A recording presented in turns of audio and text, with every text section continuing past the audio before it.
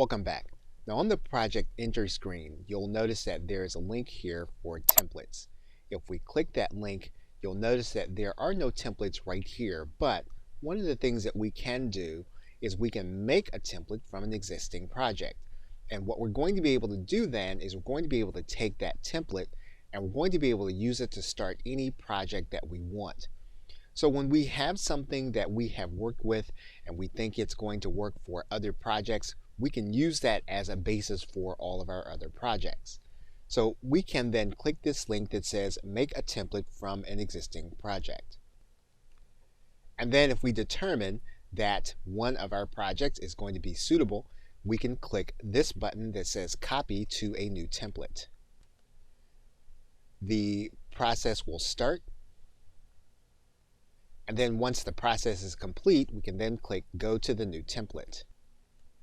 And you'll notice then that we have a project template even though we don't have individual dates at this point.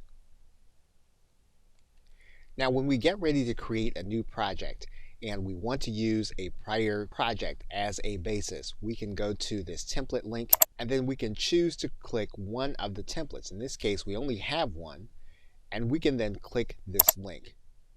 We can then start a project with this template. So we're going to now click this plus button. And at this point, we can choose to publish this project or we can delete it if we don't like it. And assuming that we looked at it and we don't like it, we can then just delete it.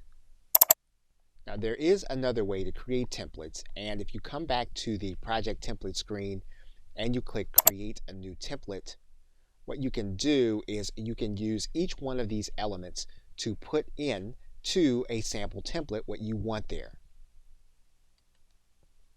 Now what you're doing by creating your template up front is you're saving time by making sure that all the elements that are commonly used are in your project from the start.